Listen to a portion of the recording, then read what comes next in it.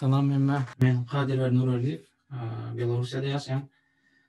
Özüm bir yıl olarak web development bilen meşgullanýan. Özüm üniversitede tekniski diplomum yok. Yani özüm öğrendim. Yani pullu kurslarda mentor bilen öğrendim. Web development aslında kodlama girmek için, başlamak için ansat yollarım bir. Yani böyle siz kodlama giren yok. Ben berde iki HTML, CSS öğrenip başlayan. Onun web development'da misal için etýändardyň görüp bilýändigim üçin ansat taplanýar. Yani beýleki program edillerine garanyňda. Soň web development haýsy ugur bilen gyslanýaňyz diýip sorapdym. Köpse full stack yani ikisem diýip ýapdy. 14% frontend galany bolsa backend diýipdir. Benim pikirimçe yanlışmasam full stack manysynda düşünmän belläpdirler diýip pikir etýän. Frontending özü üçin minimum 6 ay öwrenmeli. 6 ay 1 ýyl töwerek wagt öwrenip bilýäňiz. Backend üçin hem editsiyonyň ýaly 4-5 ay wagt gerek bolar. Yani ikisem tejribe bilen öwrenilýär. İkisinden bile öwrenmek, hani başta haýsy bolsa asnawasyny öwrenirler, yani başyny öwrenirler. Web start kursu esasy HTML, CSS, tamam jQuery ýaly bibliotekalar goşmak öwrenirler. Yani diýjek bolýanym, berde frontend bilen backend däläni diňe web developing'in asnawasy, yani başyny öwrenirler. Ondan soň web startdan soň frontend we backend diýip kurslarymyz bolupdylar. Frontendde özüme öwretdiler. Ýöne men backendde tejribem bolmadygy üçin ýa başga bir öwreder ýa-da başga bir developer gelýänçe paka backend kursumuz bolmaz. Frontend kursuny özüme öwretdiler. Şonuň üçin ilki web start ýa-da asnawasyny başyny öwreneli, soň isleýän adam frontend, isleýän adam backend öwrendiler. Google Classroom düşündireyim. Google Classroom'da şular ýalyk sada amatly classroom demek, yani sınıf döretip bolýar. Berde ýazyp bolýar, gurulýyp bolýar. Misal üçin Classwork diýen ýerde web start kursu barada maglumatlar paýlaşan. Misal üçin Discord serverimiziň kanalymız, kursuň wagtlary we linki, berde kursuň wagtlary üýtgese ýa-da günleri üýtgese ştatkadan göründüçlikde soraw jogap, ýani geçilýän temalara görä bir-biriňiz bilen soraw jogap açyp bilersiňiz. Tejribelerimiz bar bolsa, tejribesi ýok adamlara kömek edip bilersiňiz. Egerde bir sorawyňyz bar bolsa, ýani ilki bilen özüm Google'dan gözlemek maslahat berýänse, bu size maglumat tapmagy, öwrenmek üçin hemişe size mentor ýa-da tutor bolman biler ýanyňyzda. Şonuň üçin ilki bilen özüňiz Google'dan jogaplary gözläp tapmagy öwrenmegiz. Oňarsaňyz ingliz dilinde, bolmadyk ýagdaýynda türk diline ýa-da rus diline gaýsy daşaryk dillerini bilýän bolsaňyz, şol dilde gözläp öwrenip bilersiňiz. Misal üçin Stack Overflow diýip bir sayt bar, esasan ingliz diline ýazylar, şo taýda başlangyç öwrenjiler hemme sorawlar beripdirler, ýani bizden hemme kimin başdan geçirýär, ýani sorawlary. Kynçylyklar çykýan şo taýda bir-biri bilen kömek edip sorawlaryna jogap berýärler. Eger Google'dan tapmadyňyz ýa-da öz açyp tapmadyňyz diýelim, şonda soraw jogap diýen ýerde ýazyp bilersiňiz, bir-birinize kömek edip. Taýda da soraw jogapda jogap tapmasaňyz tutora sorap bilersiňiz ýa-da men özüme ýazyp bilersiňiz. Bu Google Classroom'da peýda çeşmelere biz esasan kursdaky geçýän zatlarymyz bardy, paýlaşar, maglumatlar paýlaşar, haýsy saytlardan okumalygyny paýlaşan, esasan rus dili we ingliz dili barada maglumat saytlaryny paýlaşan. Soň video sapaklar diýen ýerde şu wagtky edýän sapamyzy rekord edip, ýani zapis edip, şu taýda paýlaşar. Eger siz bir sebäp bilen gatnaşyp bilmeseňiz, gün ýaýlymlarynda şu taýdan görüp bilersiňiz. Men atlaryny düşünikli bolar ýaly birinji sapak tanyşlyk, ýani ikinji sapak redaktor kod ulanyp, ýa üçüncü sapak HTML şey edip atlaryna görä bölerim. Soň haýsy kursa gatnaşmak bolsaňyz sapaga şonu görüp bilersiňiz şu ýerden. Berden başga öwrenjekler bar bolsa, studentler goşup bilersiňiz. Şeýle invite students diýen ýerde linkini urasaňyz başga öwrenjekler hem girip bilerler. Bu Google Classroom barada aýtdym. Indi bolsa size Discord barada düşündireyim. Şu görünýär Discord size. Görünýär bolsa plus aýan. Görünýän bolsa Discord öwrenmek üçin iň amatly platforma diýip hasaplanýar. IT sferasynda esasen Discord'dan sebäbi näme üçin? Beýlek sosial ulanlara baranyňdan insan böljek zat az. Ýani berde reklama ýok, surat ýok, video ýok. Diňe gelýäňiz ýazýaňyz, diňe degişli temalarda ulaşýaňyz. Siziň hemmeňiz web start diýen kanala görüp bilýänsiňiz diýip umyt etýän. Eger görüp bilmeýän bolsaňyz Discord'a gireňizde islenip bir kanaldan men web start öğrenjek, ya men web start öğrenmäge geldim diýip ýazsaňyz, biz size açaç täbi görýärmiňiz, şaýda gulpdy web start hemme kurslar aslında ýapyk. Bu näme üçin ýapyk? Başgalaryň ünsün bölmezligi üçin, mysal üçin aýdary ingliz dilini bir öwrenýän adam üçin gyzyksyz bolupdylar web start. Ya Python öwrenýän üçin web start gyzyksyz bolupdylar. Ede sonuň ýolda beýlekleriniň ýazýan atlary bizim ünsümiz bölmezligi üçin web start we beýlek kurslary ýapyk kanallarda goýar. Başga adamlar görüp bilmesin ýa-da ünsler bölünmesin diýip. Web start kursunda öýüşler bardy, guruluşlar, bir-birimize peýdal maglumatlar, peýdal saytlar paýlaşyplar. Bir-birimize kömek etipler. Esasen men aktivmen yok, wagtym başga web developerler var. Instagram bolsaň. Şu sağ tarapda developerler diýip duran ýerde, mysal üçin adresi var, web developer, ýa-da web developer aýdaly. Men yok, wagtym başga ýerlere size kömek etipler. Ýani menden has tejribeli web developerlaryň bagotlar, olar has bol jogap beriplerler belki. Şonuň üçin diňe web developerler açyk çykana Discord şulardan barat, edil bizim kursumuzda değişti. Başga zatlar barada da ýeke-ýeke gelip görüpdiler, nämeler gurulýandygyny. Ne saytlaryň görnüşleri. Başta sayt näme? Sayt emmeňizden bilýänsiňiz, eger şu wagtda çelle bizi tapyp bizim kursumuzda gatnaşýan bolsaňyz, saytlar nämeden bilýänsiňiz? Websayt internetdäki maglumatlary bir domende ýerleşdirýän sayt bolýar. Saytyň her hil görnüşi var. Görüşüňiz ýalyp men oňardygyň üçin türkmençe ýazjak boldum, ýani käbir sözlerim türkmençe terjime edenimden bolşy ýaly ingliz diline ýa-da rus diline goýmagy makul bilen. Birinji görnüşiň sayt vizitka. Sayt vizitka näme bolýar? Sayda kiren wagtyňyz, ýani gysgaça kampaniýa barada, köplençe bir sahypa bolýar. Esasy maksady zade şu vizitkany internetde goýmak, ýani reklama maksat bilen goýulýar. Käbir saytlara girýän bolsaňyz, ýa reklama bolup öňüňizden çykýan bolmagy mümkin. Sayda girýän bolan diňe bir sahypa, belki bir kitana düýmesi bardyr, knopkasy bardyr, şoňa basyp bolýanda galan zatdyň bir tekst bilen suratdan ibarat. Ýani size bir produktany ýa-da bir hyzmaty reklam etýär. Şular ýaly saytlara sayt vizitka diýilýär. Ýa mysal üçin aýdaly kiçik bizneslerde kullanylýar. Mysal üçin bir ýere delekçi öz hyzmatyny reklam etmek üçin sayt açýar. O taýda diňe adresini goýsa boldy. Bulam edýän işini ýa surata ýa videoda goýsa boldy. Şo sayt vizitka bolýar. İkinci bir sahypalyk saytlar, bir sahypalyk saytlara üçe bölünýär. Landing page, landing sahypa, promo sayt, buram quiz landing. Quiz landing synav sahypasy ýaly. Landing page näme bolýar? Landing page esasy maksady userlary, ýani agzalary çöplemek maksady bolýar. Esasy bir önüm ýa-da hyzmat reklam etmek. Sayt vizitkadan tapawutlygy berde agzalar toplanak, ýani agzalaryň Gmail elektron adreslerini datlaryny ýygnanak. Sayt vizitkada diňe görkezýär. Ya diňe sana jaňa tipleýärler, ýa-da diňe adres bilen gelip bilýärler sana. Landing page'de bolsa sizin kontakt danlaryňyzy alyp siz bilen habarlaşýarlar. Ya size jaňa ýalar, ya elektron poçtaňyza ýazýarlar. Soňra kompaniýanyň reklamasy we onuň reviewlary bolanlar otsy bolýar. Mysal üçin diýeli bir kompaniýadan bir produktany bir önüm alan bolsa, şu önüme ýazyp bilýäňiz, ýani şu kompaniýany öwdüňiz bolýar. Esasy landing page'de şu bulam edil sayt vizitka ýalyp özüni reklam etýär, ýöne diňe reklam etmän sizin kontakt danlaryňyzy alyp siz bilen habarlaşyp bilýärler. Indi promo sayt. Promo saytyň maksady önüme hyzmaty aksiýany reklam etmek. Not getting user contacts. Yani bu sizin kontakt danlaryňyzy almaýar, diňe bir zady kompaniýany ýa-da bir hyzmaty, bir aksiýany reklam etýär. Landing page'den tapawutly tarapy diňe şu kontakt danlaryňyzy alanyp. Quiz landing näme bolýar? Sayt sonra geçirmek ýa-da viktorina şeklinde. Viktorinadan soň agza kontaktlaryny berýär, şoň esasynda da siz bilen habarlaşyp bilýärler. Sayt bir neçe etaplardan durýar. Ýani bilmedim, gördüňizmi, görmediňizmi, Google'a ýazypjyrsňyz quiz landing diýip bir sayta gireňiz, mysal üçin sizin zadyňyza görä, islegilerinize görä bir data ýygnaýar we şoň esasynda siz bilen habarlaşýar.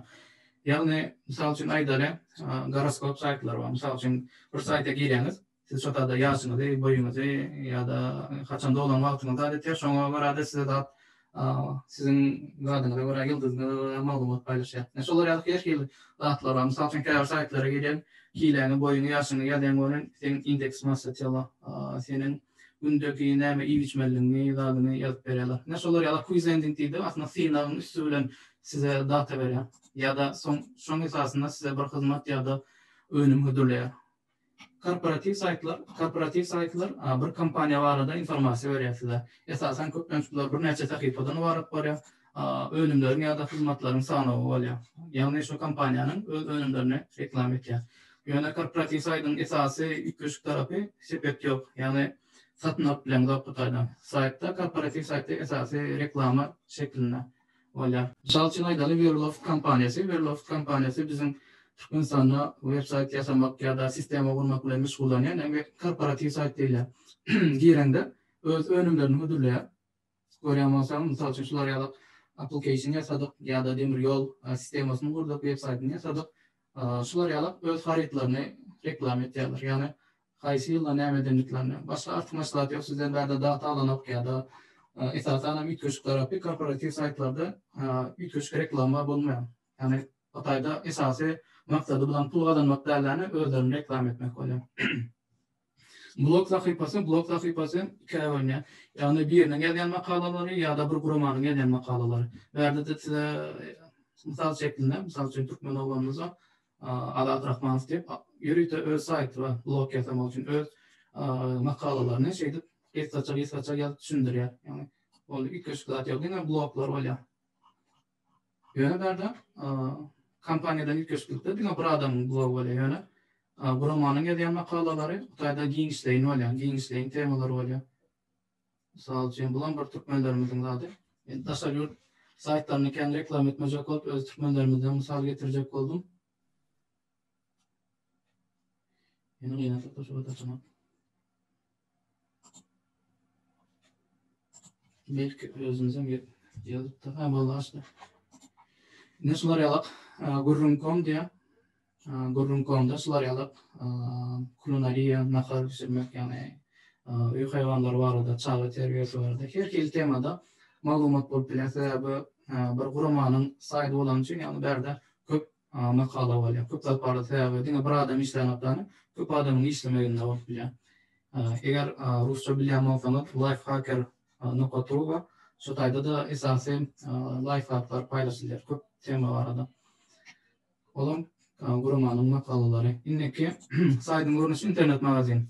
İnternet magazin muny köp bilýän bolsaňyz gerek Amazon we AliExpress we meşhurlaryndan internet magazin bir sahypadan bolup bilýär, köp sahypadan bolup bilýär. Ýani bir sahypalyk internet magazinler esasy bir görnüşli önüm ýa-da produkt satýarlar. Mysal üçin diýeli näme diýipler? Mysal üçin agaç satýar diýeli. Agacın görnüşlerini görkezýär bolan, 3 tane görnüş var, şu dine şolar alıp bilýär. Köp sahypaly internet magazinlerde bolsa içinde köp zat bolup bilýär. Eňleşigen bolup bilýär. Stroy material diýeli, başga da köz, sagat, elektronika, tehnologiýa her hil zat satylyp bilýär. İnternet magazinin esasy beýleklerden tapawutlanýan ýeri siz sebedin bolmagan. Hem-de saýtdan töläp bolmagan. Mysal üçin käbir saýtlarda belki ýokdur internet magazinlerde, ýani köpsinde saýtdan töläp bolýar. Soňam şonuň esasynda käbirlerine eltip berme hyzmaty bolýar, käbirlerine bolmaýar. Internet magazin şundan bar. Ýene bir saýtyň görnüşi forum agdalaryň belli bir temada pikir alýan gerek.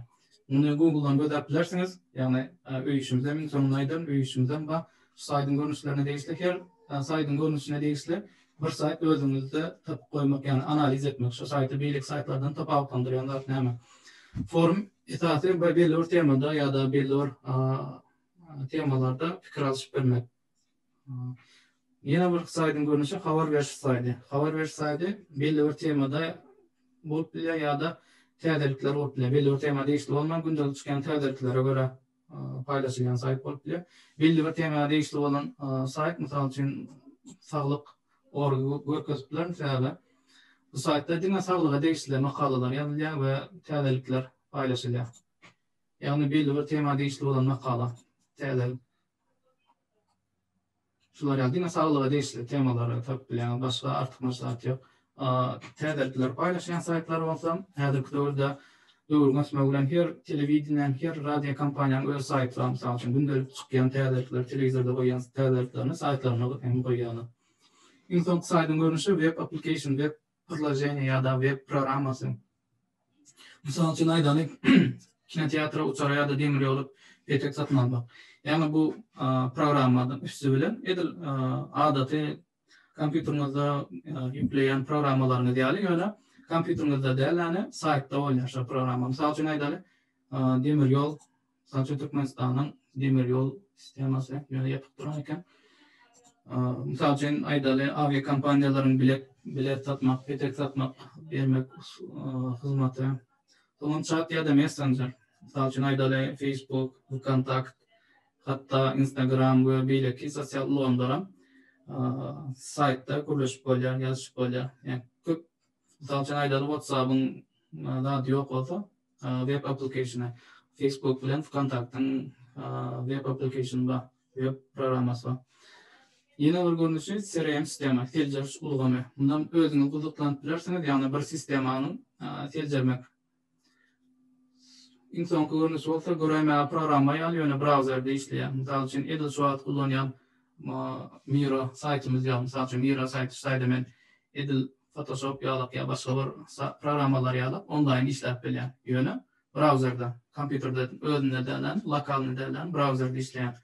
Bundan başga da Trello'lar var, Discord var, yani Discord'dan zaten ulanyp bilýäňiz, browserde açyp bilýäňiz. Men download edip özüňize ýüklemeňize de gerek ýok. Diňe web saytyny üstünden, browseryň üstünden hem işläp bilýäňiz. Saytyň görnüşleri şular bardy. Forumda adyňyz bolsa ýazyp bilersiňiz, ýa düşünmedik ýeriniz bolsa saytlaryň görnüşi bardy.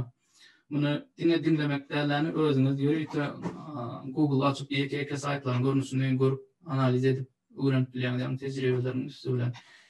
Käbir saytlara ýa-ni özüňizden bilýänsiz, internet magazin idi ýa-da web programmasyna, ýa-ni bir sahypalyk saytlar. Misal üçin Quizland'dan seyrek gelen saytlary özüňiz ýazyp bilersiňiz, ýa-ni Quizland'dan page diýip ýazsaňyz, size Google çykaryp berer.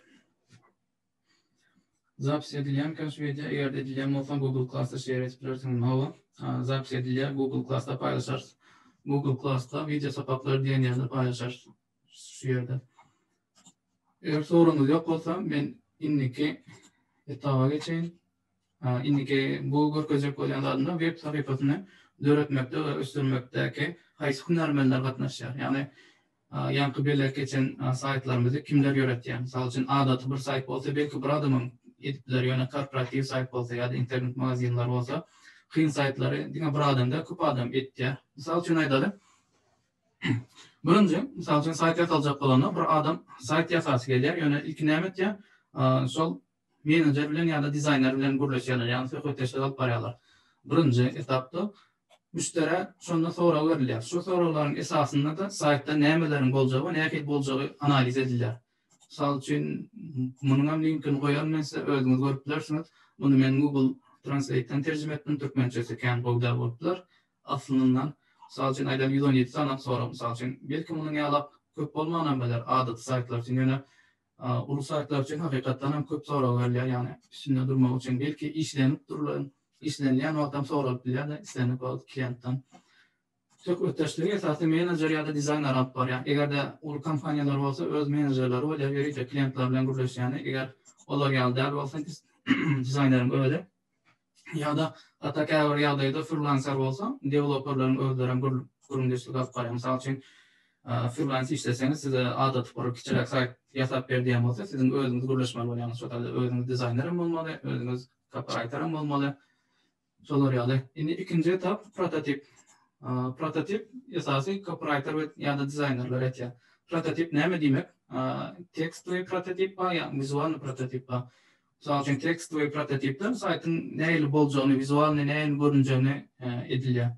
Misal üçin şulardaky misallarky sanyňyzdan görkezýän. Misal üçin şular ýaly.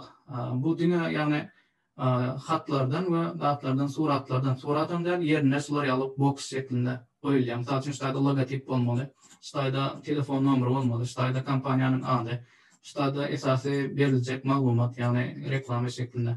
Bäýerde misal üçin düğme bolmaly. Şular ýaly başda dizayn edilmeden ozal şular ýaly prototip ýasalýar. Misal üçin saytyň näme şekilde boljaklygy, haýsy tertipde gitjekleri, misal üçin video näme üçin şularda da başda dälen şularda ýa-da aşağıda da men türkmençe ýa-da inglizçe tapmadım, orsça tapdym, başlarsınız. düşünmedik yerimiz olsa. Yani berde düşünmediği alaklar yok. Esası şurada suratın duracaklığı, berde de hat şeriftin olacaklığı. Berde scroll oluyor. Berde de zade kontakt anlarını alar yalak, avdaların solar yalak, yeke koyulup da. Aşağında da emme saytlarda bolsa footer değil ya. Footer olanlar padval yer demin oluyor da. Bence de aydan da emme saytta bol ya. Solar yalak. Bunu copywriter ya da designer dine bir görünüşte değerlerini görüyormaltan 5-6 görünüşte ediptir. Yani misal için sizin saytınız sular yağlagan boluplar. İkinci görünüşü bular yağlagan boluplar. Yükledim şu an. Ya şu mı? Yine sular yağlagan boluplar. Yani yerlerini kötü korkuyor. Misal için haysi klienti amatlı olsa klient için gözüne koy yapsa şuna göre edilip biliniyor. Yani başında bular yağlagan koyulup biliniyor. Yani esası duran zatlar bitkanak misal için header olandan baş var ya da ştayse bitkanak yerini yıkatmak oldu. Yer zemin padvalın yerini yıkatıp oldu footer'ın. Yani misal için şular yalak kontakt anlarını yazılan yer esası footer'ın yukarısında koyacağım. Bunun kendi bitkanak. Yani ortadaki section olandan sektörler oluyor. Sektörlerin yeri yıkatıp biliniyor. Yani kaverin aşağıda kaverin yukarıda koyup oluyor. Bu vizualını görmeniz için esası dağın prototipin vizualını görünüşü. İndiki etap olsa design. Mesela için design'da yankı prototipe göre web design tayarlaya ya da After Effects'ten tayarlap bile. Designer kavri adaylarda prototipi edilmenim tayarlanılan dizaynı. Mesela için aydalı gün sorularını esasında da dizayn yatap bile. Bu dizaynın tecrübesine bağlı. Yani köpüsü aslında profesyonel derecede edilecek olsa aslında prototip son dizayn ediliyor. Designing maket ve mood part var. Menadım görkedeyim. Tapa odunu. Salçın mood part olanla sular yalak. Salçın saytın bulplayacak yağdayını yani prototipten canlı vizual ne kliyende görkedmek için yani aydalı şu dizayn yasamak için sular yalak renk kullanıptılar. Koyu gomur ya da kara ya da sular yalak başka da renkler görkediyor. Sadece bulplayacak görünüşlerini görkediyor. Karada koyu görkediyor. Gomurda koyu görkediyor ve akta. Sular yalak aslında zaten moodboard'da sular yalak saytın bulplayacak şeklinde görkediyorlar. Surat şeklinde. Berde uzak prototipten ilk güçlüğü sen vizualını neyle odan görüneceğini, haysi renkler koyanda kuaplar olacağını bilip bilende beyliklerden tapavutlu ya da haysi şriftler ulanmalı, haysi ululukta, kişilikte ulanmalı şolatları. Moodboard'çular yalak olsa web dizaynın özü, dizayn maketin özü aslında tayin görünüşü öyle. Sadece sular yalak sayt diyelim. Web dizaynı uzun tayin var ya hem de yani şunu alıp koda geçirilmeli yağdayı var ya web maket. Web makette sular yalak surat görünüşünde var ya bu saytlar yine surat yönü şu suratı seyredip web developer kod dedi yani şu vizualını yağdayı hakiki saytları görüyor web developerlar. Görüyor musunuz sular yalak yani kıdaatların esasında prototipin esasında sular yalak web maket yasalıyor.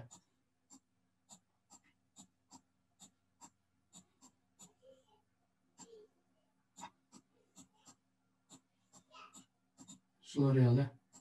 Son web maket daim olandan sonra şimdi ise frontend geliyor. Frontend ne demek? Frontend yani design makete göre saytı yazıp başlar. Yani sizin adınız sayta girdiğinizdeki görüyen tarafınızda frontend cevap veriyor. Verdim ben HTML frontend developer deyip yazdım. Frontend olmalı. Frontend developer deyip yazdım. Sebebi HTML developer aslında HTML program dili değil. Yani kavri adaylarda ANSA sahipaları yani JavaScript kullanmadan yine HTML CSS'in üstü bilenem yasap var. Bir sahipalık saytlarım misal çeşitlerden terese site visit yani JavaScript bilmem yine HTML CSS'in üstünden görüntü var. HTML CSS'e de düşündüren ne mediğini. Son için frontend'in içine giriyor diysegim var ya HTML developer. Kavriyerde HTML developer değil ya Ruslarda Verska değil ya Verstalchik değil ya. Frontend yani frontend ve backend'in tarafı tapavıdı. Frontend size site'in gören tarafınızda cevap verir. Backend olsa site'in arka tarafından server işler bilen misal için aydadı sizin login bolup agza bolan saytlaryňyzyň ýadyna, saýdyň ýadyna saklayan etýän işlerini backend developer etýär. Frontend'dan soň, mysal üçin aýdaly vizualny saýtyň görünýän tarapyny frontend taýin edenden soň frontend developer, backend developer ýagny da oturtýar. CMS oturtmak, WordPress'e ýa-da özü düzmek. Näme diýmek? Mysal üçin aýdaly bir website, blog website ýasadyňyz, blog website ýasaňda her gedek koduň üstü bilen goşmalyk üçin täze bloglary ýa-da täzelikleri backend developer ýörüýär WordPress'da CMS oturtýar. O näme diýmek bolar? Ýagny siz WordPress'in üstünden kod ýazman, täze bloglary, täze makalary, täzelikleri, täze suratlary goşup bilýäňiz. Muny backend developer etýär. Ýagny WordPress ulanýar, WordPress'in alternativ köp görnüşi bar. Her geografiýa, her kompaniýa gara özüniň ulanýan programmasy bolýar. Ýa-da özüň bilmek. Mysal üçin WordPress'da taýin şablonlaryny esasyna düzelýär. Käbir backend developerler özleri düzelýärler muny oturup.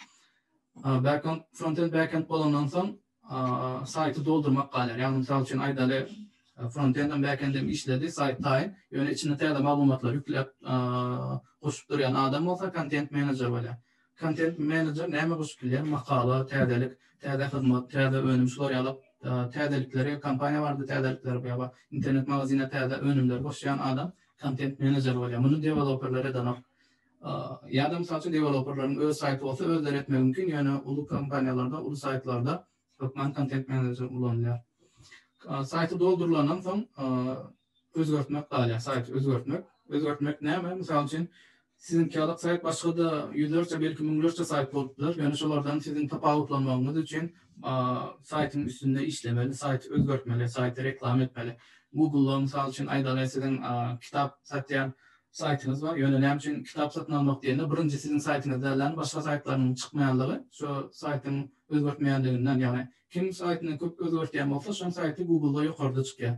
Onuň üçin pul çykarylýar, sizin işlenilýär. Bunu esasy direkt olarak SEO etýär.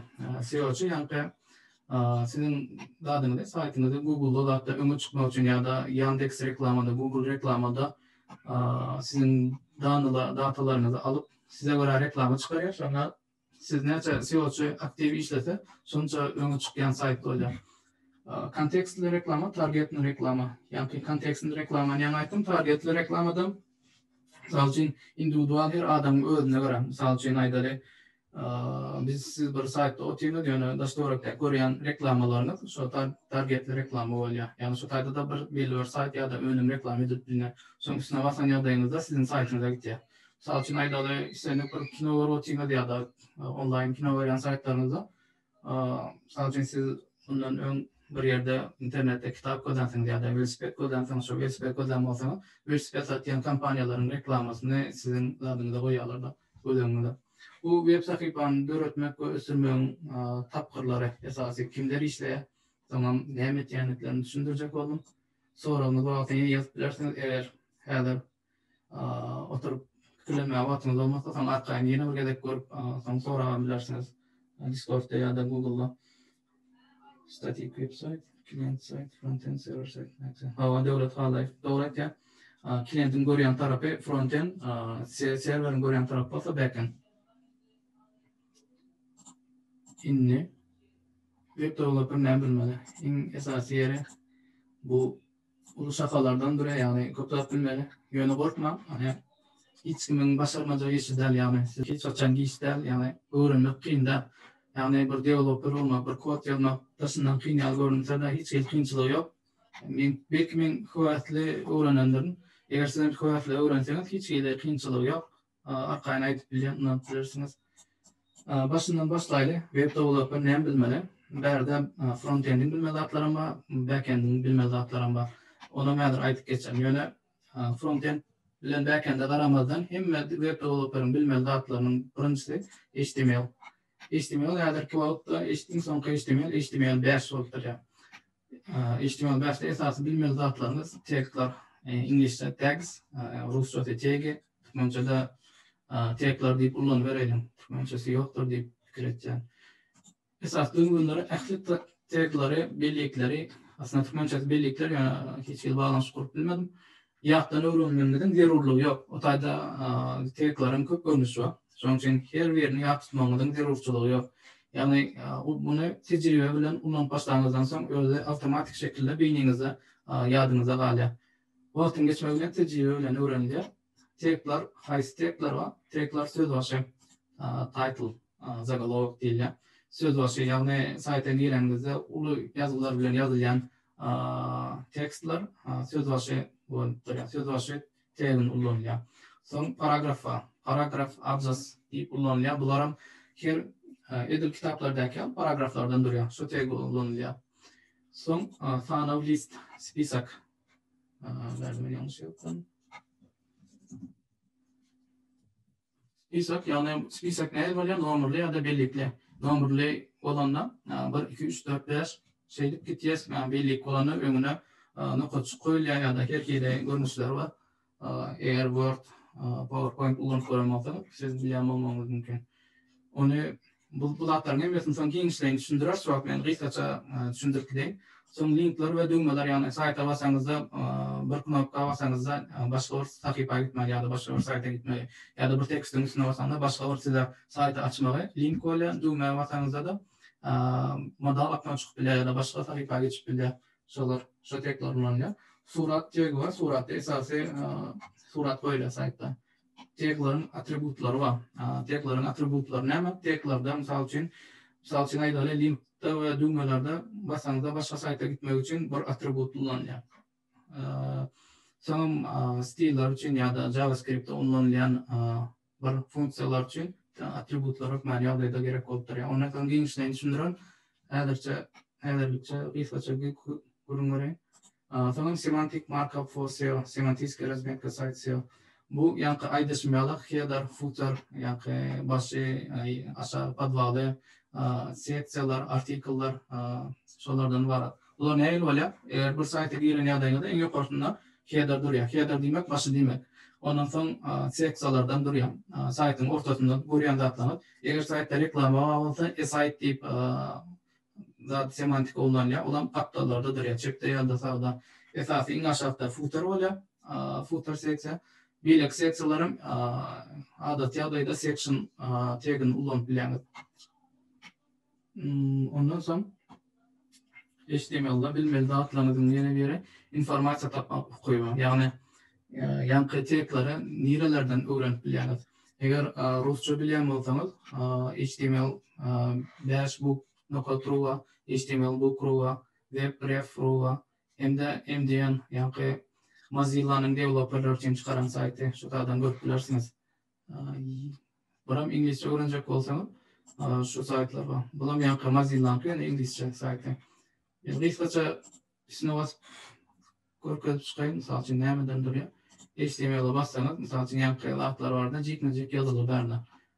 Ýanky tekler barada. Haýsy tek, mysal üçin hemmesini ýatdan bilmeňize gerek ýok. Eger ullanjak wagtyňyz şaýdan girip islenýän görüp bilýär. Mysal üçin aýdaly tek title näme?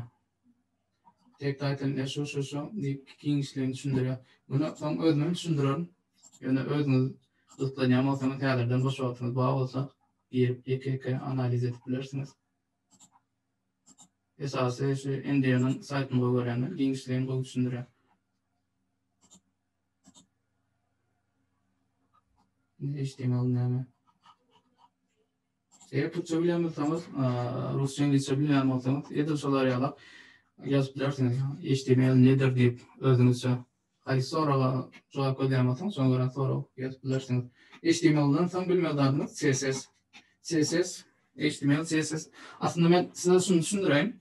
Frontend developerda, ýagny saýtyň görünýän ýerine esas bilmeliňiz HTML, CSS, JavaScript. Ondan başga bilmeli tehnologiýalaryňyz bar. Ýöne esas şu üçüsünün tapawyny düşündireyim. Eger mysal üçin adam bar bolsa, adamyň gözüne getirim. Şol adamyň sync sistemasy, ýagny synclary HTML. Ýagny şu sync bolmasa adam aýakda durup bilmeýär. Edil HTML bolmasa da saýt bolup bilmeýär. Şu HTML-dan başlaýar.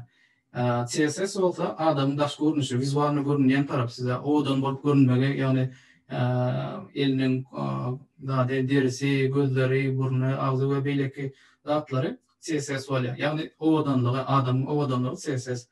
adamın hareket edişi bolsa, misal üçin ılgamagy, bökmegi, oturmagy, oturmagy, bu etýän funksiýalar bolsa JavaScript. Ýagny şu görnüşden düşündirsek front-end developer'da ýagny sünkü HTML, ýagny daşyndan görünýän tarapy CSS, hareket etmegine bolsa JavaScript jogap berýär diýipler saytyň. Şoň üçin CSS'de esasy ýagny HTML'da ýa-da surat goýýar, surat ekranı bilen tekst goýýar, ýagny paragraf goýýar, söz goýýar. Şolary indi CSS'de owadanlaýar. Ýagny renkli götürýär, ýa-da belli bir tertipde goýýar. Görüşme meňdeşler ne tekst diýär, tekstde näme etip bilýär, belät bilýär, aşagynçylyk bilýär, üstünçylyk bilýär, tekstlaň renklerini götürip bilýär, ýa-ni näli fon näki, background color'ny götürip bilýär, fon näki renkini götürip bilýär, tekstiň renkini götürip bilýär. Soňra eski SVG ikonkalary mysal üçin aýdary şu görýän zatlaryny yer beri SVG ikonka, ýagny bu suratda ýöne surat ýaly funksiýany ýagny görünýär we üstüne basanda bir zatlaryň bolmagy üçin SVG ikonkasy. SVG'nin adaty suratdan tapawutlandyrýan zady, suraty biz näçe ulapsak şonça hili gaçýar. Ýöne SVG faýllarda näçe ulapsak şonça hili gaçmaýar, şonça ulalýar. Şu tapawutlygy soň kodlamalary, ýagny renklerin kodlamalary bolýar. Mysal üçin ak renkin kody 6 sany F ýa-da gara renkin kody 6 sany. Muny tejribe bilen ýa tutarsyňyz, ýani ýa tutmagda gerek ýok.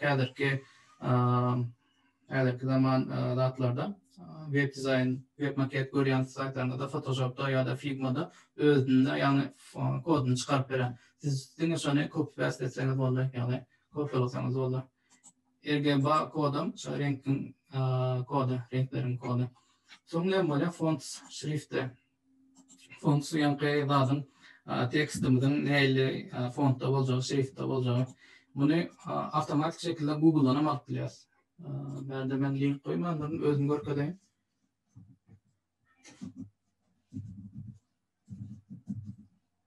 Google Fonts diýip ýazsaňyz, Google'ň öz şriftleri bar. Mysal üçin aýdary, şular ýaly her hili görnüşi bar. Mysal üçin siz näme diýjek bolýaňyz? Mysal üçin ýol beret diýelim. Ýol beret diýip tekstden haýsy şriftde owadan size has ýakyn görünmegi isleýän bolsaňyz, şular ýaly şriftler görüp bilýäňiz. Mysal üçin aýdary şu görnüşde ýaran bolsa, soň mysal üçin ululugy, mysal üçin regular bolana adaty, regular 400 italik bolana ýa-ni ýaty bolýar. Bold bolsa ýagny goýy renkli, bold italik bolsa da hem goýy hem ýaty şeklinde. Mysal üçin biz şu adaty 400 bu ululugy, ýagny şurada görýän bolsaňyz 700 bolsa uza goýy bolýar, ulu bolýar. Şu zady. Mysal üçin şuradan alyp bilýäsiniz. Link import diýär. Şunu alyp, şu kodu alyp öz zadymda goýsak, HTML'da goýsak, şonu bizim tekstimizde şu ýagny şu zadyň şriftiň ady Andika New Basic şu şriftde goýar. Google Fonts şoň üçin kullanylýar. Mysal üçin Converter Fonts. Converter näme? Fontlaryň hem her hili zady bolýar, formaty bolýar. Mysal üçin suratlar JPEG, PNG şolar ýaly formatlar bolsa, şolar ýaly şriftlerden formatlar bolýar. Esasy köp saytlarda ullanýan WOV bilen WOV 2. Esasy mysal üçin başga bir saytlardan şrift aljak, ýa font aljak bolsaňyz, şu formatlara konvert etseňiz ulanyp bolýar. Yani onun online saytlaryny isleýän etip bolýar. Soň jekmejek urunlaryny bar arada da. Soň font face, ýagny font family, font size, font weight, font style, font display. Bu näme diýmek bolýar? Ýagny şriftiň görnüşi mysal üçin hemme saytdaky şriftleri bir şrift etip bilýär. Ýagny ona font family diýilýär, font maşgalasy. Font size bolanda fontun da ululuk kiçiligi, mysal üçin 16 piksel bolsun we 24 piksel bolsun, 36 piksel bolsun, şu ululuk kiçiligine jogap berýär. Font weight bolsa, ýagny goýy ýa-da adaty ýa-da ýatay şeklinde bolýarmy. Font style ýagny stili, zadyň şriftiň stilini. Font display bolsa näli görünýär. Fontlardan, şriftlerden soň bolsa block modelsy. Block modelsy esasy flex bilen grid kullanylýar. Ondan aşağıda CSS'in öz zatlarım bar. Ýagny bu näme diýmek bolýar? Mysal üçin aýdalım. Bizim internet magazinimiz var ve içinde önümlerimizde bir blok şeklinde koyasımız geliyor. Bir tertip şeklinde. Misal için aýdaly 6 tane produkt olsa, üçünden yukarıdan, üçünden aşağıdan, yani deň derejede bir yerde durmaklarına, yani blok blok şeklinde durmak değil ya. Esası CSS'de köp kullanılan Flexbox. Bu adaptif ne saytlar için pas koy. Diyenizde sadece siz aytyanız 3 tane tat bolsa, bir hatada 3 tane blok bağ olsa, şolary arasını açık koy ya da arasını yapıp koy deyip bilýäňiz. Ya da grid bağ bolsa, mysal üçin iki hatar koy we hersinde 4-5 tane koy. Yani 4'sünü koy. Birinci seterde 4'sünü koy, ikinci seterde 5'sünü koy deyip özüňiz manual şekilde özüňiz düzüp bilýäňiz. Bu arada da dolu gençlerini tam düşündürüp, indiki bilmeli zatımız position durýan yeri, näin durmaly. Yani sadece käbir saytlarda görýän bolsaňyz, aşağı scroll etmek, aşağı geçip gideňizde, muşkanyňyz bilen geçeňizde, hemişe ýokarda bir hat header durýandyr. Şuna zat diýilýär, fix diýilýär. Bir ýerde element durýar, şo ütkany sayt näme gitse şo durýar. Misal üçin ýa-da käbir saytlarda sağ tarapda aşağıda ýokary gitip durýan bir zat bar, şoň durýan yeri positiony fix bolýar. Şol bir ýerde durýar, aşağıda näçe scroll etseňiz, şo düňme basanynda ýokaryna gitýär. Ondan sonra absolute, relative, sticky, fixed, static, z index diýip positionlar bolýar. Esasy absolute bilen relative positionlar kullanýar. Bu näme üçin kullanýar? Bir suratyň üstüne bir daha koyacak bolsaňyz, üstüne bir daha koyacak bolamyzda, misal üçin aşağı bolmaly relative, üstüne bolmaly absolute bolup koýulýar. Ondan sonra CSS'in öz bibliotekalary bar, ýa-da gridler bar. Bunların esasy meşhur Bootstrap, Bootstrap'dır. Ondan sonra Flexbox Grid, Smart Grid, Materialize diýen görnüşler bar. Bular sizin ýeke özüňiz her bir zat üçin stil döretmän, taýin stillleri almaňyza kömek etýär. Isa çaýdanda. Ondan sonra preprocessor we SAS, LESS esas ulanýanlary. Bular näme etýär? Sizin CSS'däki ýazýan zatlaryny antaşdyrmak üçin. Yani misal üçün aydaly bir kod, CSS file, misal üçün saytın başından sonuna çeli ýazýan bolsa, beter uzun bolup gitýär. SAS bu size ýani CSS file'ini de bölmäge kömek etýär. Her bir sektor üçün başga bir stiller ýazmaga kömek etýär. Ondan başga mixing, variables, functions, renkler bilen işlemek ýaly görnüşler bar. Soň döwlet düzüş stilleri, ýani adaptive light, adaptive verska, rubber light, resinowy verska, pixel perfect buların tapagydy. Adaptive light bolanlar siz adaptive şeklinde, yani kompýuterde göreňizde de ideal durmaly, tabletlarda, planşetlerde duranlarda da ideal görünmeli, telefonlarda. Yani diňe bir kompýuter üçin ýa diňe bir telefon üçin hemme device'lar üçin, hemme zat üçin odan bolup durmak üçin adaptive light kullanılýar. Rubber light bolsa resinowy verska. Misal üçin aýdaly resinowy verska bolana bir surat goýýar. Näçe ekran kiçeldiňçe şoňa görä da surat kiçelip gitýär. Edil tekstden şolar. Näçe ekran kiçeldiňçe şonça da tekst kiçelip gitýär. Üçüncü görnüş bolsa pixel perfect. Edil web maketdäki ýaly pixel dogry gelmegi diýilýär. Pixel perfect demek, ýani mediýany web maket görkezdiňmi? Şo taýdäki web maketdäki bilen üstüne goýulýar ýürüýte program bar, men ulanýanym. Şolar ýaly pixel perfect diýip goýan saytyňyzyň üstüne ýa-da web maketiňiziň suratynyň üstüne goýýarsan deňişdirýär ikisini. Bundan soň gençlerini düşündürür. Ondan sonra pseudo classes, pseudo elements diýip bular hover active before after bolýar. Misal hover active näil bolýar? Misal şu ikonkalaryň üstüne baramyzda gara renkdäki ikonka göýük bolmagyny hover effekt diýilýär. Şolar ýaly effektler edip bolýar. Misal üçin ýa-da ýokarda tablar bolsa, üstüne baryp basaňyzda aktiv şekilde bolanyna başga hil stiller bolup bilýär, aktiv däl şekilde bolanyna başga hil stiller bolup bilýär. Şolar ýaly pseudo elementler. Ondan soň animasiýalar. Animasiýalaryň bir görnüşi SVG animasiýa bolýar, bibliotekalar bolup bilýär. Misal üçin ägerki ýol ile de giren wagtyňyz ýol ile logotipden aýlanmagy animasiýa bolýar. Animasiýalaryň bibliotekalar bar. O taýda Animate CSS awas esas meşhurlary. Ýani siziň ýürüýte täzeden oturup animasiýa düzmeňize gerek ýok. Hem taýin animasiýalar alyp öz saytyňyza ýerleşdirip bilýäňiz. Transformations, bu 3D transformasiýa we 2D transformasiýalar bar. Bular barada da gürleşär. BEM naming diýär. BEM naming esasy da düşünilýär. HTML'däki her bir misal üçin tekstura, her bir zadyňyza adyna klass berýäňiz. Şu klaslaryň üstünde de biz CSS'de stiller ullanýar. Misal üçin şonuň üçin klaslary pikirlenip BIM diýip bir sistem bar, şoňa görä berilýär. Misal üçin aýdaly bir section bar, sektor bar bolsa, misal üçin reklama sektor bar bolsa, şonuň içinde hem tekst hem surat bar. Reklama sektoryna da reklama bolsa, reklama suratyna da reklama aşagdançylyk surat ýa-da reklama aşagdançylyk tekst diýip klas berýär. Soň şu klaslaryň üstünde de CSS'de stil berýär. Şu taýdaki tapawutly klas bermemizin sebebi HTML'däki zatlara misal üçin aýdaly reklama bir şriftini ýaşylasa, reklamadaky tekstler hem beter ýaşy bolýar. Şoň üçin aýratyn klas berýär. O arada da giňişlerini düşündürün. Hosting domen bu arada ya da giňişlerini düşündirjek. Rifa çaýdamyzda saytymyzyň durýan ýerine şaýdaky ýazylgyda domençe miro.com domen belli serverlerden satın alýar domenler, yani ýylda tölenýän pul bolýar. Hosting bolsa şu saytlaryň durýan ýeri. Bu belli bir serverlerde de durup bilýär ýa-da belli bir kompaniýanyň lokalny serverinde de durup bilýär. Berde esasy başga aýtmadatlardan elektron postan domene baglamak ýa-da hyzmatlar berip bilýär ýa-da misal üçin şaýda durýanlardy görýän bolsaňyz, безопасный подключение diýip ýazyk, safe connection diýip ýazyk. Näme sertifikat bolýar. Şu sertifikatlary ýagny datda şu server üçün etýär. Şoň bilen SSL sertifikat diýilýär. Ýagny oň mutlara bolýar, pullara bolýar. Eýer saytyňyz sır-sırly bolsa, belli bir yerlerden lisenziya ýa-da bir zat almaly bolsaňyz, şoň sertifikat hukman ýagdaýda bolmaly, wajyp bolup durýar.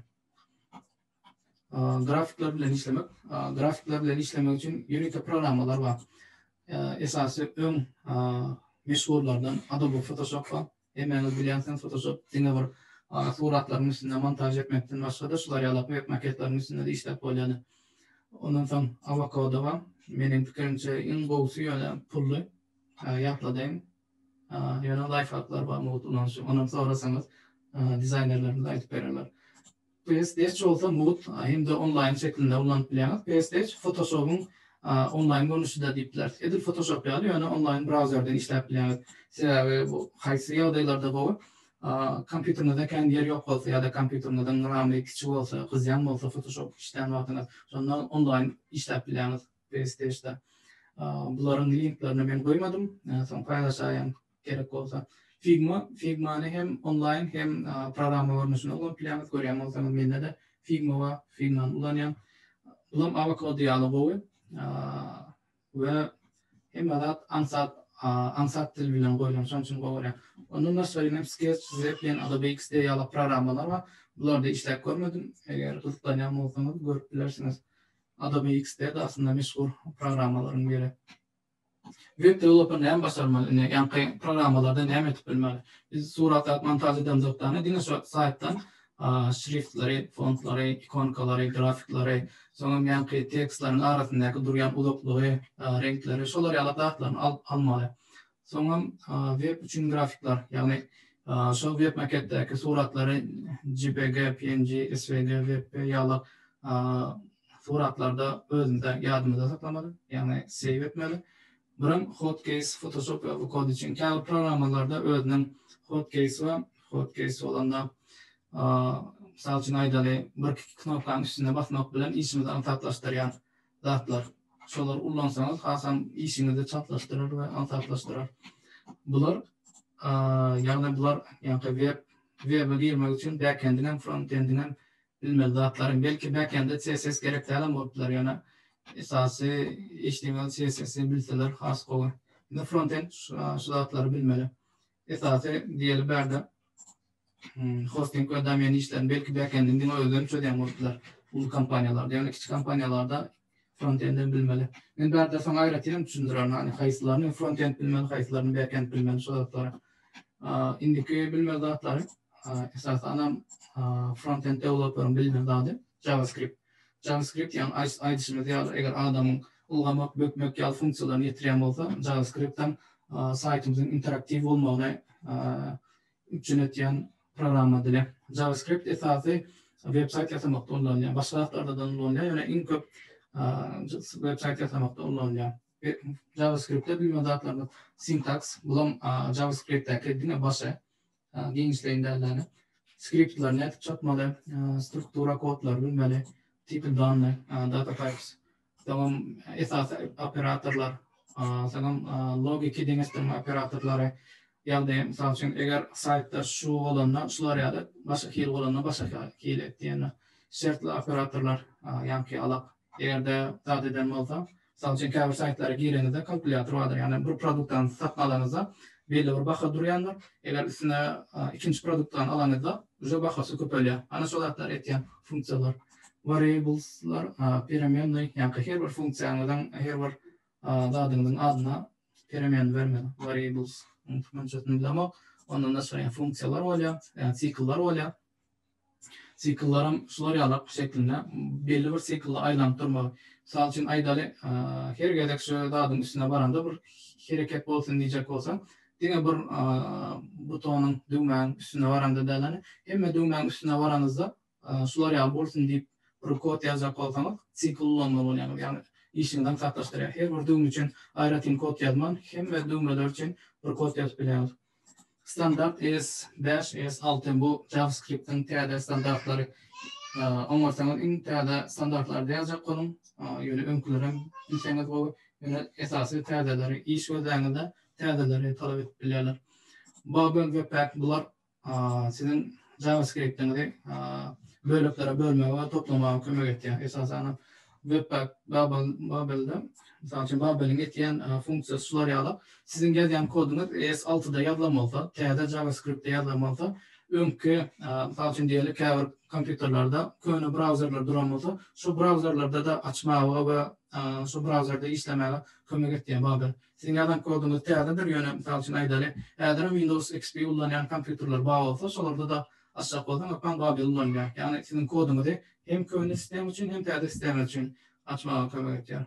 Ondan sonra DOM, bunlar vardı dediğin işlerini düşündürür. Yani kodların ne yazılayanını düşünüyor.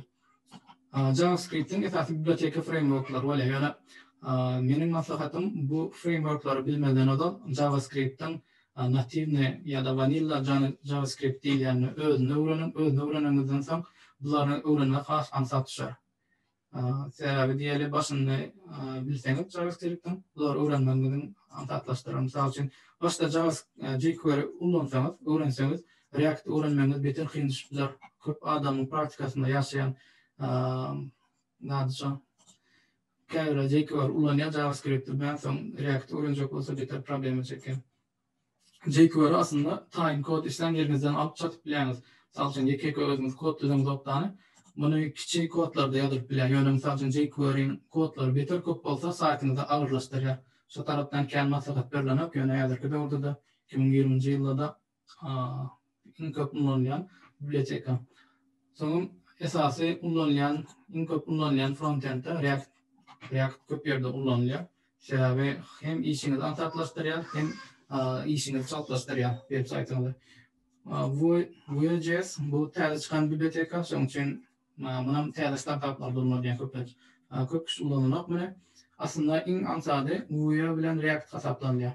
Angular'a karandı yani Angular'ın tafavutluğu Angular ur proyektlerde işleniyor yani khas neyle seriöz ne proyektlarda onlarla beylekilere karanında Vue.js React'e yöne en kıyınam Angular olup duruyor.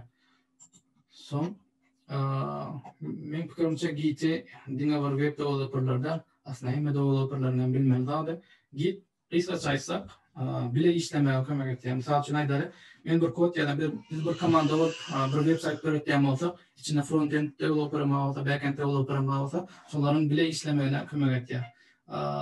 Şaka şeklinde misal için aydarı köp proyekt işlerinde ömürler nerede bir Excel file işleyen olsalar sonra save ettiler. Son küçük görünüşü misal için yanlışlık üstüne tədad koşulmalı, dərdat koşullanan olsa iyi de qaytıp alınıp bir save etsen en son kısmını save et ya. Bu Git her bir save ettiğin dadımız öz yadına saklaya. İşlerini kod geçmişe gidip önleme edenlerinizi görüp bilmeniz için koylar. Esası Git şunun için olayan bir GitHub page deyip tadı var, öz sayt var. Eğer men GitHub'ın görkeden şular yalap özünüzün dark mode'dan ayrayın. Özünüzün eden işlerini de görketip koyalım. Misal için qaysı proyektlarda işlerini de görketip koyalım. Edil bular developerların sosyal platformasına meňzetseňizden bolar. Misal üçin haýsy günlerde işleriniz görüp bolýan näçe gerek push etdiňiz, ýani näçe kod uratdyňyz, misal üçin her koduňyzyň içine girip bolýar. Misal üçin aýdaly şu kodun içindeki näme ýazanyny görjek bolsaň, üstüne basýaňyz, şolary alyp kodlaryny görüp bilýäňiz. Ine özüňiziň kinde başgalarının kodundan görüp bilýäňiz. Ýani esasy developerlar bir-biriniň kodunyň üstünde de işläp öwrenýärler. Ýani başga biriniň koduna düşünmegen esasy zatlaryň biri. Sebäp aýdaly siz bir kompaniýa developer bolup işe girdiňiz, sizden öňki edilen işleri siz hökmen başalyp çykaýmaly. Düşünäýmän başgalaryň ýazanda adyna. GitHub'da edit etip bolýar, ýani amatyldar. Ondan ýöneýte redaktor kodlaryň özünden online şekilde işläp duran wagtyňyz ýüketip bolýan şekilde. Gün redaktor koduň özünden save etip bolýar. Onuň iniki tapamyzda düşündiren redaktor kod diýenim aslında kod editor, ýani inglizçesi, türkmençesi kody ýüketmek. Esasy ullanýanlar, webde ullanýanlar, web store, ýani web store gymmat diýende pully, gymmat däl. Ýani Microsoft'un öz programmasy var, VS Code type mode. Benim özüm şundan ýani kurslarda şundan ondan naşaryna amatly redaktor kodlaryň biri Sublime. Sublime bilen VS Code aslında meňzeçirak diýsegem bolsa. Adaty ýani VS Code'daki pluginlar köpmen şonuň üçin esasy VS Code kullanýar.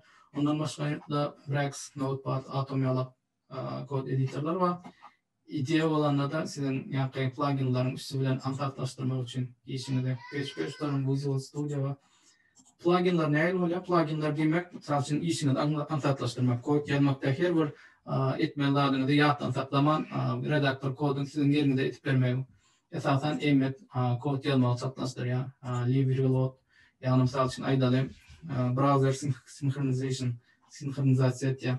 Onu näýletýär? Misal üçin bir redaktor kodda işleýäňiz, öz pluginlaryňyz bar. Edilşo pluginlary başga kompýuterде, başga ýerde işlejek bolsaňyz, sizin öz zadyňyza login bolup girseňiz, öz sinchronizasiýaňyz, öz nastroykalaryňyz geçýär, settiňiz başga ýere. Linters, snippets, şular ýalyp her redaktor koduň öz plusy minusy bar. O arada da gelecekde düşündürüyorum. Yani pluginlar var arada. Pluginların görünüşü köp aslında. Bizim işimizden farklılaştıracak.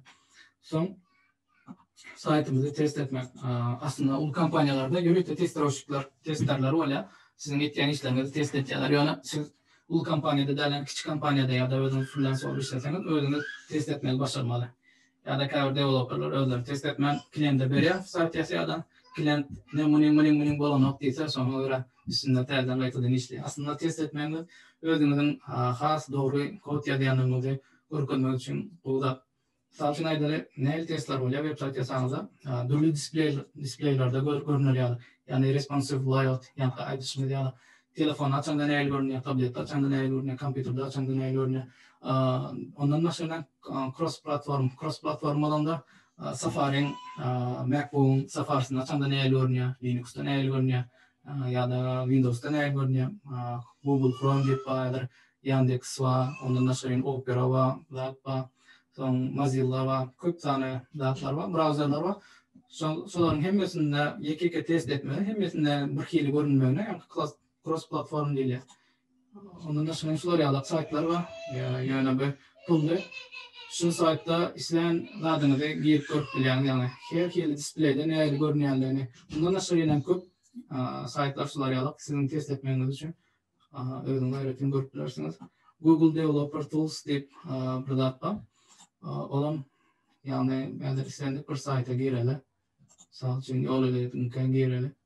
Google Developer Tools şular yalak kodunu görünüzde yanlışlardan datların neyli, datlarının bağdığını görmek için eğer dat bağ olsa error, aşipka dat bağ olsa şurada aşipkalarını görüp oluyor, başka datlarını görüp oluyor. Edip Google Chrome'un özünde bağ bileki Mozilla browser'ın özünde şular yalak Developer Tools var. Sayt bağıradaki informasiyaları datları görüp oluyor. Ondan sonra validator yani kodumuzun doğru ya da yanlış edilmiş onu bağlamak için yürüte saytlar var. Ben şu sayt kullanıyorum. Misal için kodları yani şu sayta getirip paste etken, sayta gelmesi deyen, sonra bağırlatken. Sonra nerede yanlış yadan mı? Sayta görkede ilk saytda görkezýän bolupdylar, yani saytda problematik işleýän bolupdylar. Ýöne biziň kodumuzy has dogry ýazmak üçin bu validator. Bunun PageSpeed hem web sahypamyzyň näle orşos optimizirowat skoro sayta bola tezligini çaltlaşdyrmak. Mysal üçin Google PageSpeed dip bir sayt bar, Google'un öz saýty. Mysal üçin aýdaly men bir saytym bar, şonu analiz edip berdiň. Analiz etýärläni näle çalt açylýandygyny görkezýär. Mysal üçin käbir suratlar has uly gowrumly bolmanyny üçin taýip etipler.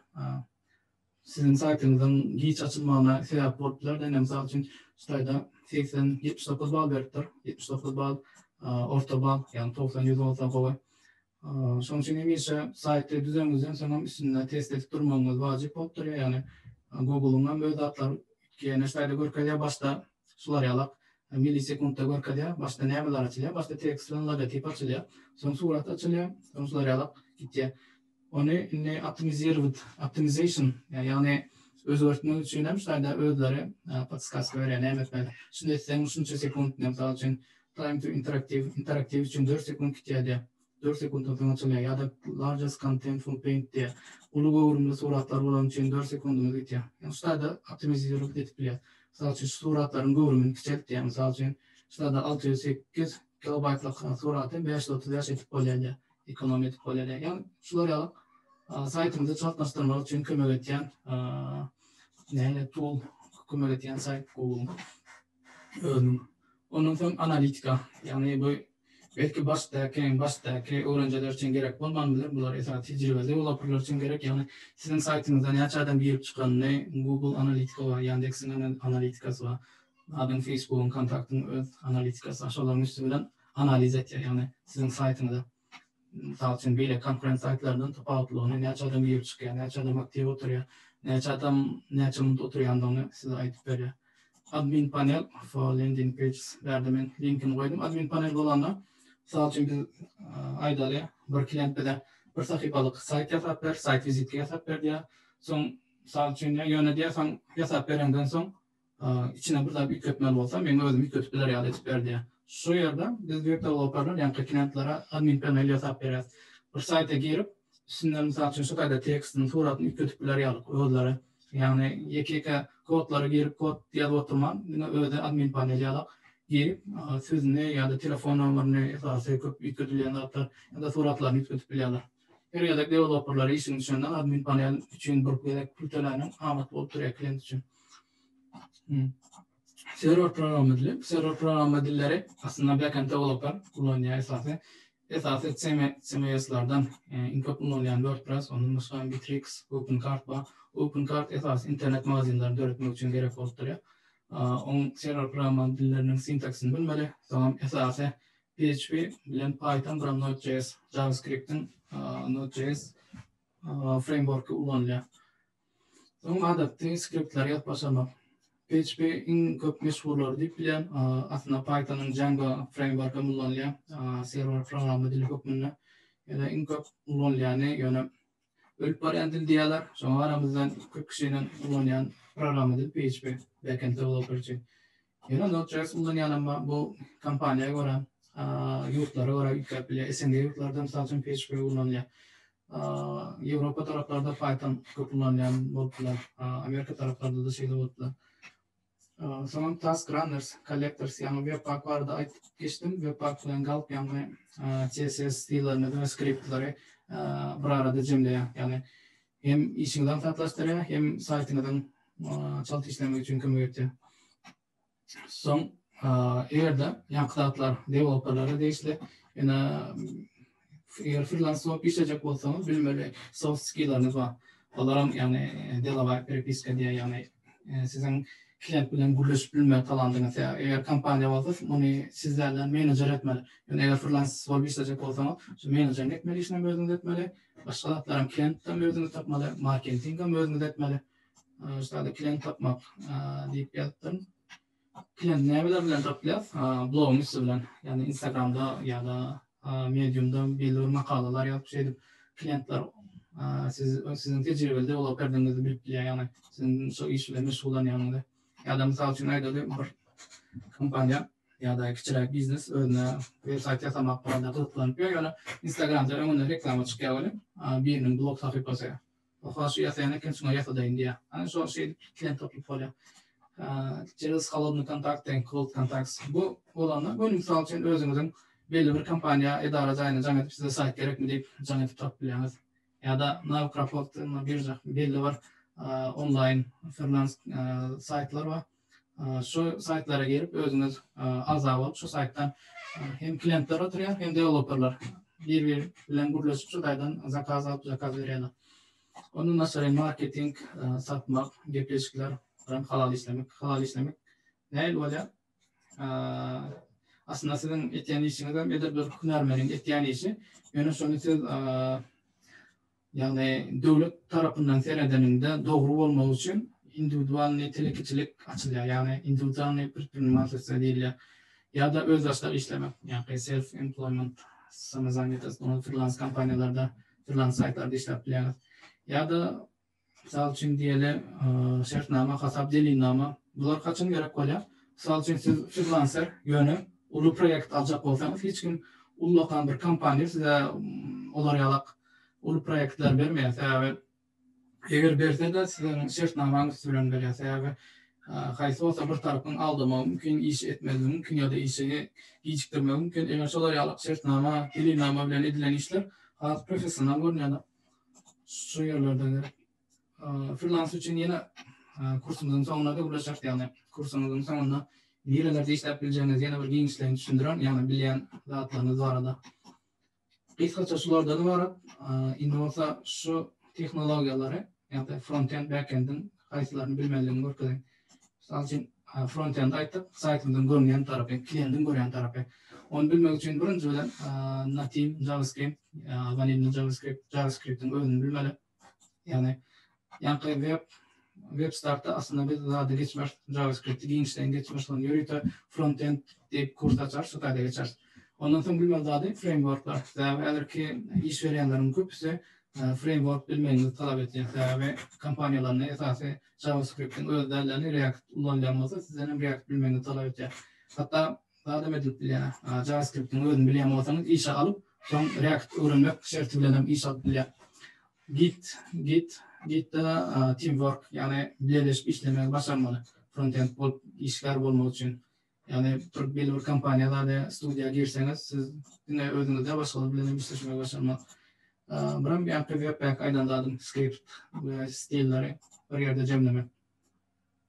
Backend developer'ın bilmeli dağıtları belli var. Server dilini bilmeli.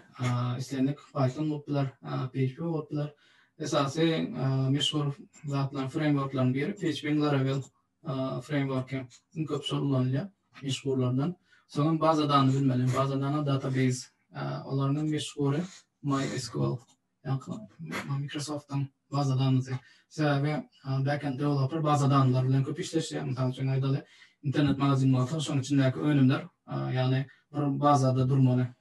Diňe bir saytda öz arka tarapda bir bazada durmaly. Son serverler bilmeli. Serverler Apache, Nginx, command line'lar server bilmeli.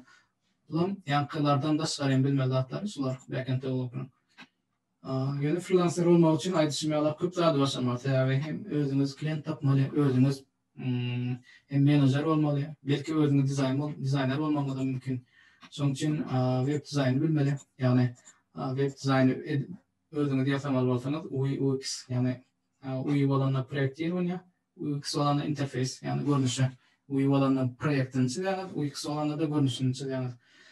Tipografikasy, grafikasy, composition, bulan renklerin şulatlar başarmaly. Web dizayn. Eğer web dizayndan diňe web developer'ın işini ýetip berjek diýsen, freelance'da bunu bilmeden bilen. Ýöne dizayn hem özüm etip bilen developer, hem özüm etip bilen reklama, hem özüm etýän diýjek bolsaň, köp pul aljak bolsaň, hemedadym özüň başarmaz. Ýok, diňe developer işini aljak diýsen, şoňa diňe etýän işine gara pul berýärler. Developer'da da front-end, back-end, front-end ýa paýdyşmalar, ýankılatlar bilmeli. Ondan da şaýlanam jQuery kod goşup bilmeli. Köp şonu nadetýär, talap etýär. SVG faýllar ullanmaly. Adaty suratlar däläni şular ýalyp SVG faýllar näil ulandygyça dahil etmeli ýaly.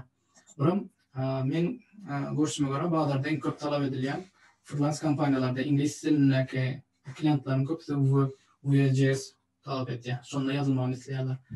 Belki İngiliz framework bolan için şeyle olmalı mümkün. Bilmem. Buran backend'in bilmeyen zatlar CMS yani tayin zatlardan site kontrol yerde tutulmak için zatlar, teyze zatlar yüklep bilmeniz için WordPress, OpenCart, Bittrex, Modix ulanıyor. Bittrex esas SNG yurtlarda has meşhur, Avrupa'da ve Amerika'da meşhur da. OpenCart esas internet magazinler için ulanıyor. Tamam, backend developer için esas en meşhur framework Laravel, yani PHP'nin Laravel framework'ı. Ondan sonra reklam etmen başarmalı. Yani analiz koymalı, Yandex, Google'da reklam et bilmeli, sonra SEO et bilmeli. Sonra target yerine reklam et bilmeli, yani kontakta, Instagram'da, Facebook'ta önüne çıkarıyor. Son marketing'im поведенческий ekonomika bu zatlarda sana yine genişlerini düşündüren adetlikçe gereken marketing tipilsini böyle ve satış işleri. Yani gepleşip bilmeli, misal için öz etiyen işine baha kesip bilmeli. Misal için aydalı siz hem dizayn yapasanız hem saytın özünü yapasanız siz şuna değişli pulu talep edip bilmeli, başarmalı. Yani sizin adi işeden de hem işe ödünüzdeseniz sonra bu foruma akımız var. Yani özünüzü satmak olanlar o manada da yani özünüzü reklam etmek. Yani misal için özünü ne satıplardın men şunça yıl tecrübem var. Belki developerlarda men tapawutlum. Men şular ýalak hile etip bilen, olar etip bilen, men etip bilen diýip özüňize satyp bilen. Köpçüliklerini satyp bolanlar, ýani misal üçin bir team bolan işläpdirseň, misal üçin bir tanış dizayneryňyz bardyr. Bile işleşip bilersiňiz freelance. Misal üçin aýda sana bir zakaz gelse, dizayner oňarýan diýse, sen oňarama, ýa-da oňarýan diýip alýan.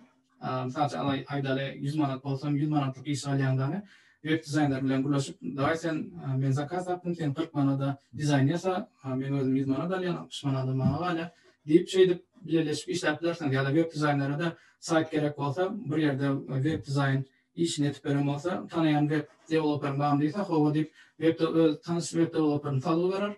Şeýdip belki sayt ýasap berişiniň 10%-ni özüne alar. Şeýdip birleşikli bir-birine de kömek etmek şeklinde işläpdirseňiz. Goýguçlary bu esasy marketingge değişli. Yani bir ýerde bir açyk goýýan, adam bolsa da size girdiçi ýetip durýan. Misal üçin aýdaly öz şahsy zadyňyza başga biriň zadyny goýýanyz. Şoňa näçe zat etse, klient tapsa, şondan bir siz adam durýanyz. Satış skriptlary gepleşip psihologiýasy, cenobrazowanie aýtdym, öz edeni işinize baha kesip bilmeli. Yani öz berilip prinsipine bolmaly. Her bir etýän saýtynyň her hil görnüşi kyn we ansat we şoňa görä baha kesip bilmeli. Falan kymmatlaşyk satyp, partnerski продажа, yani aýdyşym bir-birine kömek edip dizayner bilen ýa targetolog bilen ýa SEO bilen birleşip işläpdirseň. Etsa şolardan ibaret, yani web developerin bilmeli zady umumy şular ýaly backend developerin şular ýaly bularyň hemmesiniň linkini men paýlaşarym siz bilen. Köp emeğinize. Köp sağ olun katnaşanınız için. Yine görüşeňçe.